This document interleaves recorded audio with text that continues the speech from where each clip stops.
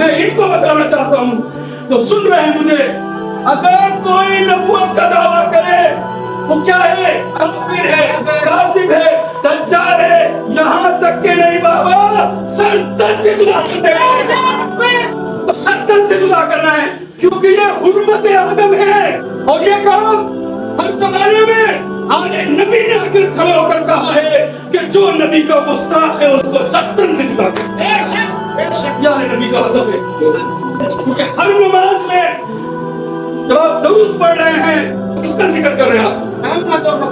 اور ان کی آمد کا بھی کر رہے ہیں، ان کی آمد کا بھی کر رہے ہیں کہ 1400 سال پہلے اس دور کے لیے کہ حسنین کریمین کی بات ہے، ارے حسنین کریمین کے جو نسل ہے اس کے اوپر بھی درود پڑھا جا رہا ہے۔ تو گستاخ ہے وہ جو آل نبی کا دشمن ہے، وہ نادان ہے جو آل نبی کے خلاف ہے، اور وہ جو آل نبی کی گستاخی کرتا ہے وہ سن لے، اس کو میں سنانا چاہتا ہوں، اس کی بھی نسلیں تباہ ہو جائیں گی۔ اس کائنات میں ذکر نہیں ہوگا، یزید تباہ ہو گیا، اس کی نسلیں جو ہے لعنت ملامت کرتی ہے، اور اس دور میں بھی جو آل نبی کا دشمن ہوگا اللہ اس کو ذلیل و رسوا کر دے گا۔ یہ قرآن کا فیصلہ ہے۔